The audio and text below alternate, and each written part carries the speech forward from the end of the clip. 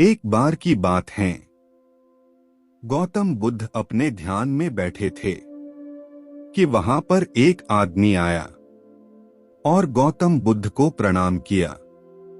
और आदमी कहा, गुरुवर, मैं अपने आलस्य से बहुत ज्यादा परेशान हो गया हूँ। आलस्य नाम की बीमारी दिनों दिन हम पर हावी होते जा रहे हैं, फिर भी मैं कुछ नहीं कर पा रहा हूँ। आप ही कोई तरीका बताइए जिससे मैं आलस्य से छुटकारा पा सकूं और एक कर्मठ और सुखी जीवन जी सकूं। गौतम बुद्ध ने उस व्यक्ति से कहा, पहले मुझे यह बताओ कि तुम्हें क्यों लगता है कि तुम आलसी हो।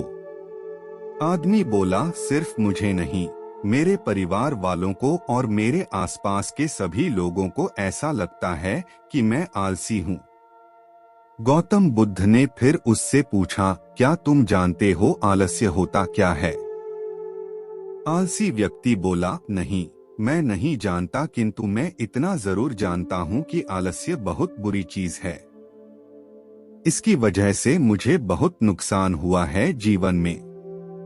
गौतम बुद्ध बोले, जिस परेशानी से तुम छुटकारा पाना चाहते हो, पहले उसके बारे में पूरी जानकारी ले लोगे तो उससे छुटकारा पाना आसान हो जाएगा।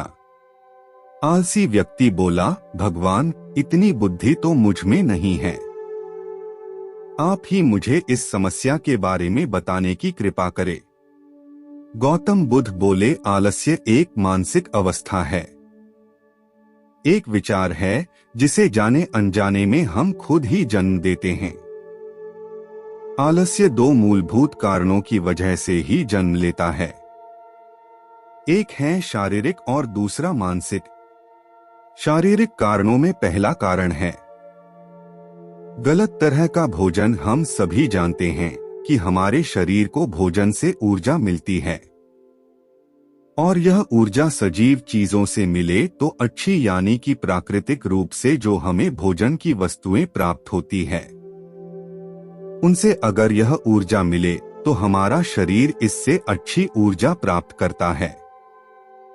इससे उल्टा, यदि हम निर्जीव वस्तुओं से ऊर्जा प्राप्त करते हैं तो यह हमें आलस्य की ओर लेकर जाती है।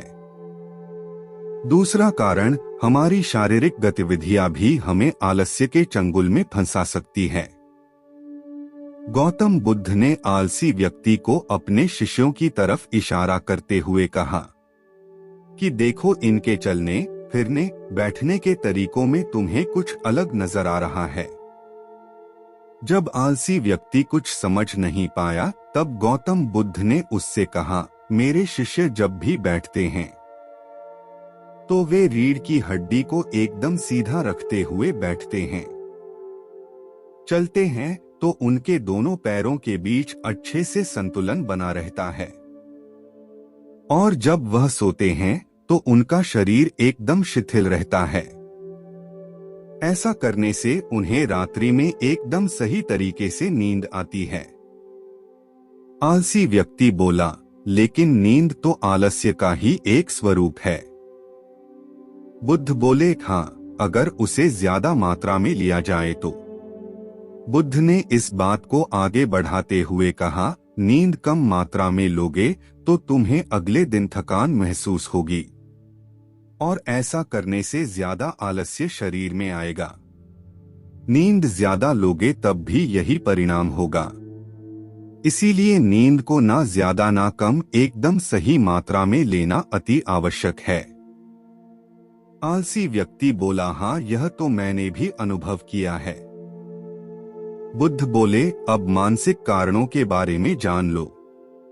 मानसिक कारणों में सबसे पहले हैं हमारी पुरानी गलत धारणाएं। अक्सर ऐसा होता है कि हम पहले जिन कामों में असफल हो चुके हैं, हमारे अंदर ऐसी भावनाएं बन जाती है कि हम उस काम में हमेशा असफल होते रहेंगे, जिस वजह से हमें उस काम को करने में आलस्य आता है।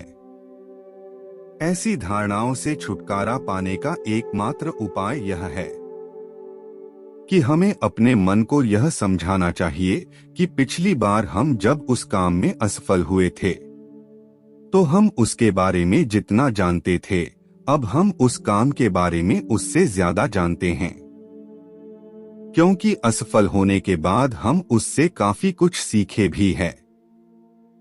बुद्ध बोले, दूसरा कारण है आलसी और कामचोर लोगों की संगत। कई बार ऐसा होता है कि हम आलसी नहीं होते, मगर जिनके साथ हम रहते हैं हम उन जैसे बनने लगते हैं।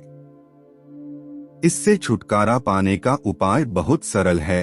कामचोर और आलसी व्यक्तियों से दूर रहो। ऐसे व्यक्तियों की संगत में रहो जो अपने काम को बड़ी लगन से करते हैं और तुम्हें कुछ सिखा पाए। गौतम बुद्ध ने तीसरा कारण बताते हुए कहा, यह कारण आलस्य के लिए सबसे बड़ा कारण है, काम को कल पर टालते रहना। यह कारण इतना शक्तिशाली है कि किसी भी व्यक्ति को बर्बाद कर सकता है। इससे बचने का सबसे आसान उपाय यह है कि जो काम जितनी जल्दी संभव हो उतनी जल्दी कर लेना चाहिए। गौतम बुद्ध ने आलसी व्यक्ति से एक सवाल पूछा, मान लो तुम किसी रेगिस्तान में फंस गए हो और तुम्हें प्यास लगी है, तो तुम क्या करोगे? आलसी व्यक्ति बोला, मैं जल्दी ही रेगिस्तान के आसपास कोई गांव की तलाश करूंगा या ऐसी जगह की तलाश करूंगा जहां पर मुझे पानी मिल सके। गौतम बुद्ध बोले, अगर तुम्हें काफी देर ढूंढने पर भी पानी ना मिले तब तुम क्या करोगे? आलसी व्यक्ति बोला, मैं तब भी अपनी तलाश जारी रखूंगा, क्योंकि ऐसी परिस्थिति में मेरे पास कोई और दूसरा विकल्प तो होगा ही नहीं। गौतम बुद्ध बोले, बिल्कुल सही, और यही है मानसिक स्तर का आलस्य। चौथा कारण, किसी भी निश्चित लक्ष्य का ना होना। यह भी आलस्य की ओर लेकर जाता है। अब सुनो पांचवें कारण के बारे में। गौतम बुद्ध बोले, सोचो कि तुम्हारे पास काफी सारे सोने के दागिने हैं जो तुम्हें एक जगह से दूसरी जगह लेकर जाना है। तुम चलते चलते थक जाते हो और किसी पेड़ के नीचे बैठ जाते हो और तभी तुम्हें दूर से तुम्हारी तरफ दौड़कर आ रहे डाकू दिखाई देते हैं। तो क्या तब भी तुम आलस्य करके वहीं बैठे रहोगे या ऐसी परिस्थिति में तुम वहां से उठकर दौड़ने लगोगे? आलसी व्यक्ति बोला, जी मुझे वहां से दौड़ना ही पड़ेगा, नहीं तो मेरी जान और सोने के दागिने दोनों खतरे में पड़ जाएंगे। बुद्ध बोले, यानी कि तुम्हारे पास एक ठोस वजह होगी दौड़ने के लिए। यही है आलस्य का पांचवा कारण, किसी भी काम के लिए ठोस वजह का ना होना। आलसी व्यक्ति महात्मा बुद्ध की बातों से संतुष्ट हुआ। वह बोला, महात्मा जी, मैं अब आलस्य के बारे में सब कुछ जान चुका हूँ और अब मैं इन सभी कारणों पर काम करूँगा और अपने आलस्य को दूर भगा दूंगा। इस वीडियो के देखने के बाद अब आप कभी भी जीवन में आलस्य नहीं करेंगे। तो दोस्तों, उम्मीद करता हूँ कि ये वीडियो आपको पसंद आई होगी। तो वीडियो को एक लाइक करें और इसी तरह के वीडियो देखने के लिए चैनल को सब्सक्राइब कर लें और साथ में घंटी दबाना न भूलें। वीडियो देखने के लिए आपका बहुत बहुत धन्यवाद।